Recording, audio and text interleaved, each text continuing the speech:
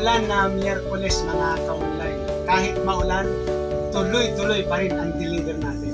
Sa ngayon magdi-deliver tayo sa Barangay Santiago, Iriga City. Tara, samahan niyo ako mag-deliver kahit maulan.